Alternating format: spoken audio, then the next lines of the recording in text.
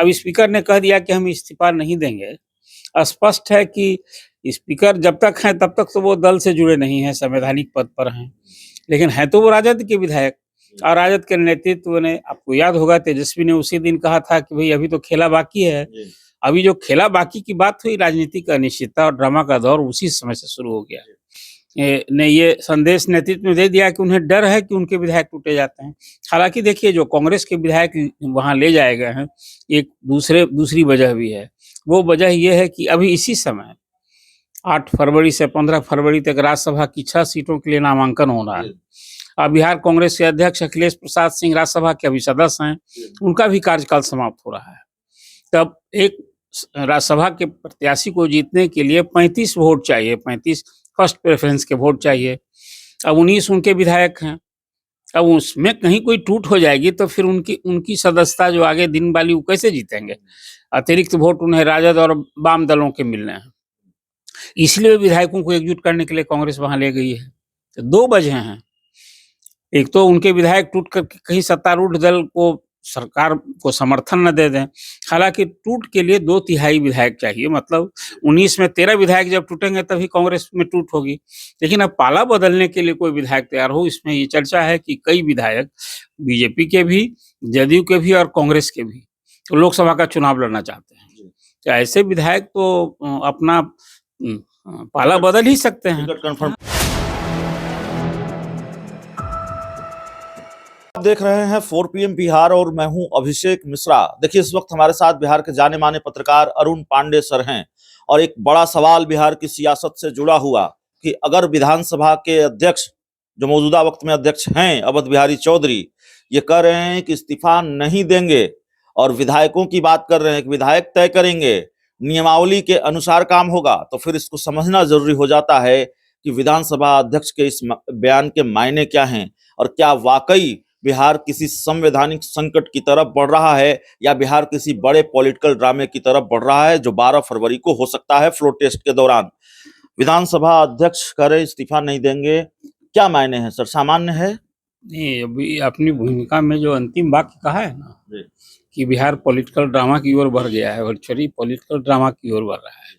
अभी तक स्पीकर ने जो बात की है वो अभी संविधान और नियम से परे उन्होंने बात नहीं की है। जब तक किसी स्पीकर के खिलाफ उसे हटाने की नोटिस सदन में विचार के लिए आए और हाउस उस नोटिस को स्वीकार कर ले विचार के लिए, तब तक तो वो अध्यक्ष जिसके खिलाफ नोटिस आया है वो तो चेयर पर रहेगा ही और उस समय तक अध्यक्ष के रूप में जो दायित्व मिला हुआ है किसी स्पीकर को, वो उसका निर्वहन करेंगे। तो स्पीकर ने जो बात कही है वो अभी तक संविधान और नियम से परे नहीं किया है क्या कि जो राजनीतिक परंपरा रही है, यह किससे बात छिपी है कि बिहार में 28 जनवरी को जो एक राजनीतिक घटनाक्रम हुआ, नीतीश कुमार फिर बीजेपी के पाले में आ गए और यहाँ एनडीए की सरकार बन गई और स्पीकर के यहाँ जदयू के 45 विधायक, बीजेपी के 78 विधायक, हम पार्टी के 4 विधायक और केंद्रीय 128 विधायकों ने लिखित समर्थन दिया राज्यपाल को कि नीतीश कुमार के नेतृत्व में वो सरकार बनाई जैसा दावा पेश किया गया और उस पर राज्यपाल ने सहमति दी, सीएम अपॉइंट किया और सीएम का शपथ ग्रहण हो गया। अब तो सदन में किसी का बहुमत है और नहीं है, ये तो फैसला सदन में ही होता है। सदन के बाहर परेड कराने से नहीं होता है। हमारे आपके लिए मीडिया में वो खबर है या जनता के बीच संदेश दिया जाता है। अब जो बात अभी 12 फरवरी को स्पीकर को हटाने की नोटिस उसी दिन दे दी गई थी, 29 जनवरी को ही ये नोटिस दे दी गई थी। जो अभी चर्चा हुई कि ये 29 जनवरी को नोटिस मिली तो अब उसका जो मैच्योर डेट 12 फरवरी पर रहा है कि 12 फरवरी को विचार होना है। अब स्पीकर ने कह दिया कि हम इस्तीफा नहीं देंगे। स्पष्ट है कि स्पीकर जब तक हैं तब तक तो वो दल से जुड़े नहीं हैं, संवैधानिक पद पर हैं। लेकिन हैं तो वो राजद के विधायक और राजद के नेतृत्व ने, आपको याद होगा तेजस्वी ने उसी दिन कहा था कि भाई अभी तो खेला बाकी है। अभी जो खेला बाकी की बात हुई, राजनीतिक अनिश्चितता और ड्रामा का दौर उसी समय से शुरू हो गया।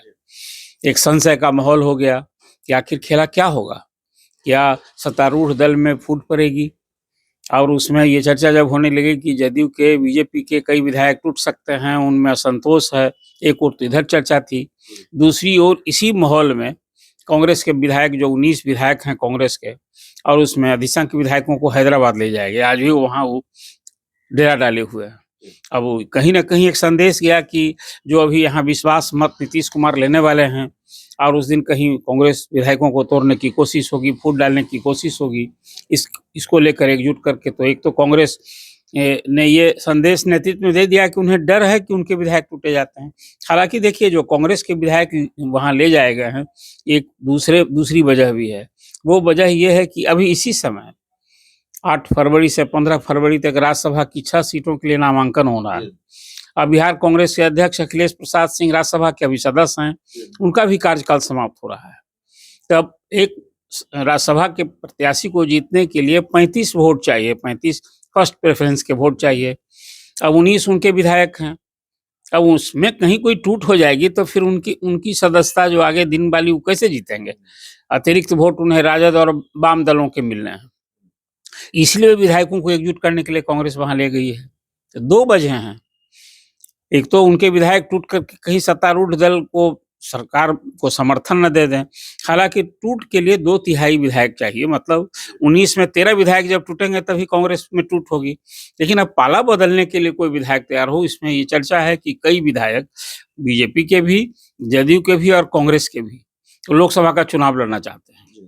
तो ऐसे विधायक तो अपना पाला बदल ही सकते हैं, कंफर्म करा सकते हैं। लेकिन इससे कोई 1, 2, 3 विधायक के टूटने से राजनीतिक किसी न सरकार की सेहत पर असर पड़ेगा और न विपक्ष के। तो अभी विपक्ष के 115 हैं और 128 हैं सत्तारूढ़ दल के।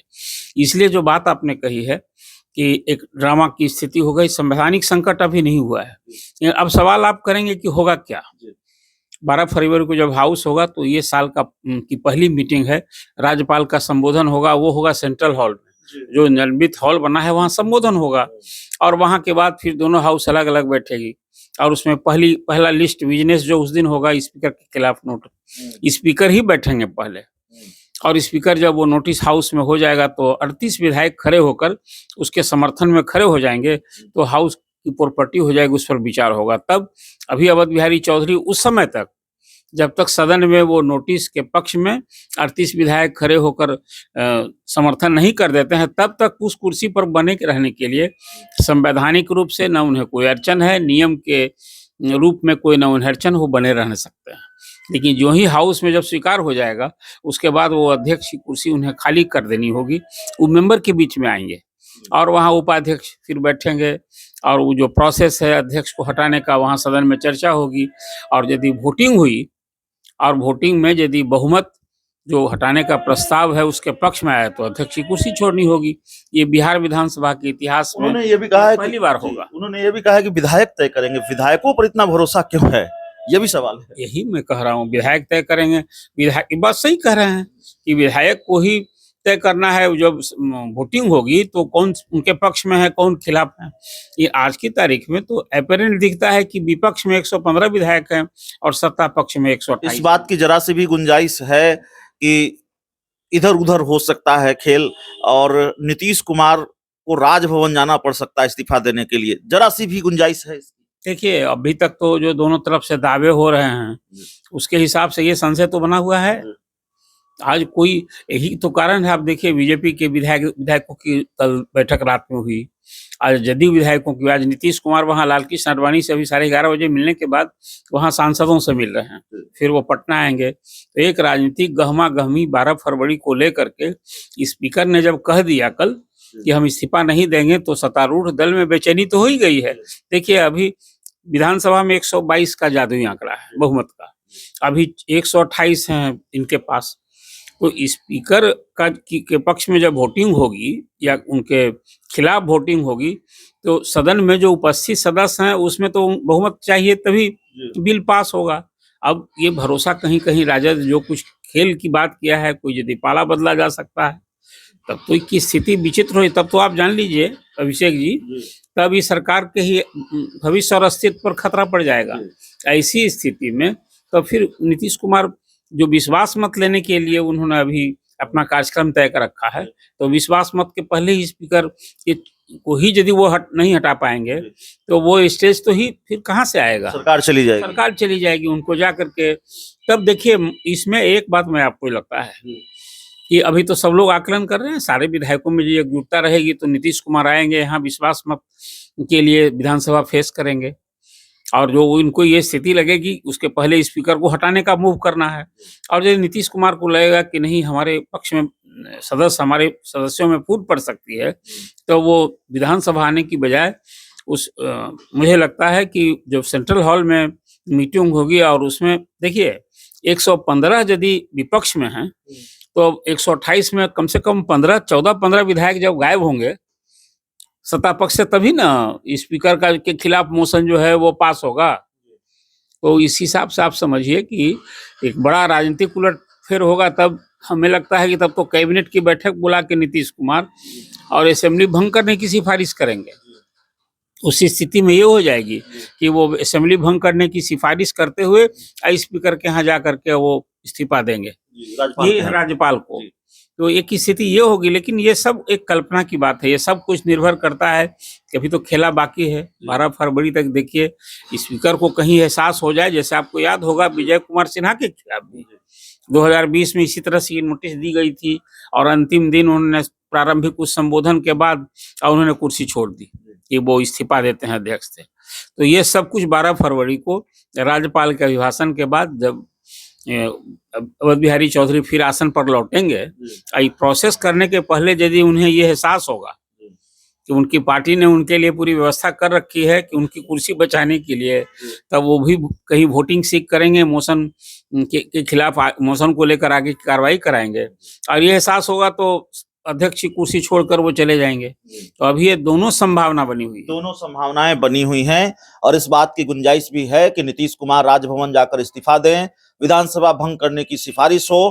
फिलहाल इस रिपोर्ट में इतना ही। बहुत बहुत धन्यवाद।